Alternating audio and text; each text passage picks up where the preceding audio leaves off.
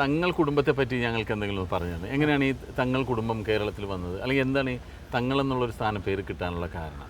തങ്ങൾ എന്ന് പറഞ്ഞാൽ അത് പ്രവാചകൻ്റെ മുഹമ്മദ് നബിയുടെ ആ സന്താനത്തിൽ പരമ്പരയിൽപ്പെട്ട ആളുകൾ കേരളത്തിൽ വന്ന്.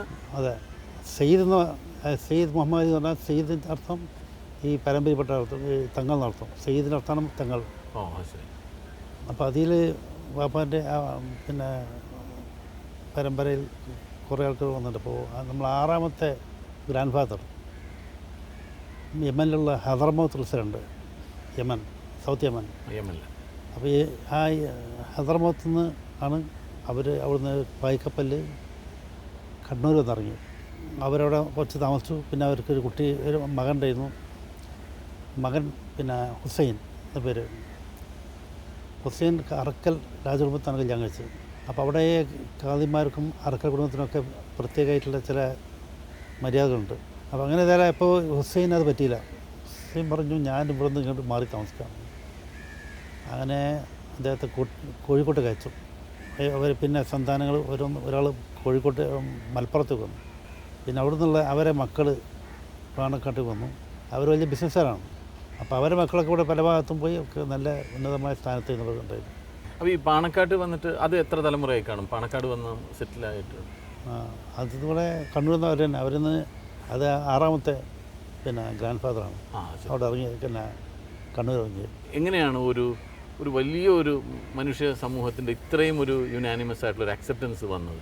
എന്ത് കാര്യത്തിലും തങ്ങളുടെ തീരുമാനം അന്തിമമായിരിക്കും, അല്ലെങ്കിൽ തങ്ങളൊരു കാര്യം പറഞ്ഞാൽ അതനുസരിച്ചിട്ട് എല്ലാവരും പ്രവർത്തിക്കാം. അത് എങ്ങനെ വളർത്തിയെടുത്തു? എനിക്കത് വലിയ അസൂയയോടെ ഞാനിങ്ങനെ നോക്കിക്കണ്ടിട്ടുണ്ട്. ജനങ്ങളുള്ള ബന്ധം, അവർക്ക് നല്ല ഉപദേശം കൊടുക്കും. പിന്നെ ഇസ്ലാമികമായ ജീവിതത്തെ പറ്റി പല ഉപദേശം തന്നെയാണ്. തങ്ങളുടെ ചെറുപ്പം മുതൽ തന്നെ ഈ പാണക്കാട് തന്നെയല്ലേ? പാണക്കാട് തന്നെയല്ലേ ജനിച്ചത്? ഇവിടെ തന്നെയല്ലേ? അതെ അല്ലേ? ഞാനും എൻ്റെ ഫാദറും പാണക്കാട് ജനിച്ചു. ചെറുപ്പകാല വിദ്യാഭ്യാസമൊക്കെ ഇവിടെ തന്നെയാണ്. അവിടെ പാണക്കാട്ട് എലിമെൻ്ററി ഈ DMRT സ്കൂൾ എന്നൊക്കെ ഒരു പ്രൈമറി സ്കൂൾ തന്നെ. അവിടുന്ന് 5ാം ക്ലാസ്സിൽ വായിച്ചു. പിന്നെ അവിടുന്ന് കോഴിക്കോട്ടൊക്കെ പോയത് തരപ്പിൽ MMI സ്കൂൾ. 1947 ശരിക്കൊരു സ്വാതന്ത്ര്യത്തിന് മുമ്പുള്ള ഇന്ത്യയെ പറ്റി നല്ല ഓർമ്മയുണ്ട് അല്ലേ?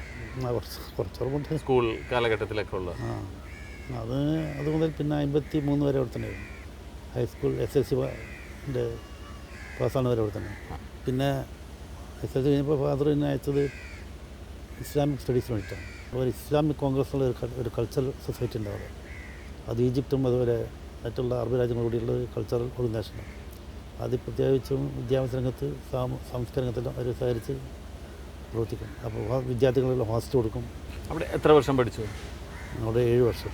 75-ലല്ലേ മുസ്ലിം ലീഗിൻ്റെ സംസ്ഥാന പ്രസിഡന്റ് എന്നുള്ള സ്ഥാനത്തേക്ക് വന്നു? അത് യാദൃശ്യമായിട്ടായിരുന്നു അങ്ങനെ, അല്ലെങ്കിൽ അതിന് മുമ്പ് മുസ്ലിം ലീഗുമായിട്ടുള്ള പ്രവർത്തനങ്ങൾ എന്തെങ്കിലും ഉണ്ടായിരുന്നു? അങ്ങനെ കുറച്ച് ചെറിയതുണ്ടായിരുന്നു. ഒരു താലൂക്ക് പ്രസിഡന്റ് ആണ്, അത്രേ ഉള്ളൂ, ഏറനാട് താലൂക്ക്. ശരിക്കും നമുക്ക് കേരളത്തിൽ മുസ്ലിം ലീഗ് എന്ന് പറഞ്ഞൊരു പ്രസ്ഥാനം തുടങ്ങുന്നത് ശ്രീ PK കുഞ്ഞാനെ. അന്ന് ഇസ്മായിൽ സാഹിബുള്ള കായികമില്ല മദ്രാസിലെ സ്വാതന്ത്ര്യം കിട്ടിയപ്പോൾ ഇസ്മായിൽ സാഹിബ് അന്ന് പാകിസ്ഥാൻ കൊന്നേരല്ല മുമ്പ്, അന്ന് മുസ്ലിം ലീഗ് ഉണ്ടായിരുന്നു. ഞങ്ങളിവിടുത്തെ ഇന്ത്യൻ ന്യൂനപക്ഷങ്ങളാക്കാൻ വേണ്ടിയിട്ട് ഇവിടെ സംഘടന പ്രത്യേകമായിട്ട് ഒപ്പിക്കണമെന്ന് പറഞ്ഞ് അത്. അപ്പോൾ 40 ശേഷം ആ പുതിയ മുസ്ലിം ലീഗ് ഇവിടെ രൂപപ്പെട്ടു. അന്ന് ശ്രീ CH മുഹമ്മദൊക്കെ ഉള്ള കാലമല്ലേ? അതെ അല്ലേ? അവരൊക്കെ വളരെ സജീവമായി രംഗത്തുണ്ടായിരുന്ന. അതെ. പിന്നീട് 30 കൊല്ലത്ത് അല്ലേ, ഇപ്പോൾ കഴിഞ്ഞ 30-32 വർഷത്തോളമായിട്ട് ഇപ്പോഴും ആ ഒരു പാർട്ടിയുടെ സ്റ്റേറ്റ് പ്രസിഡന്റ് എന്നുള്ള സ്ഥാനത്ത് തന്നെ തുടർന്നുകൊണ്ട് പോവുകയാണ്. എല്ലാവരെയും ഏകോപിപ്പിച്ചുകൊണ്ടും എല്ലാവരെയും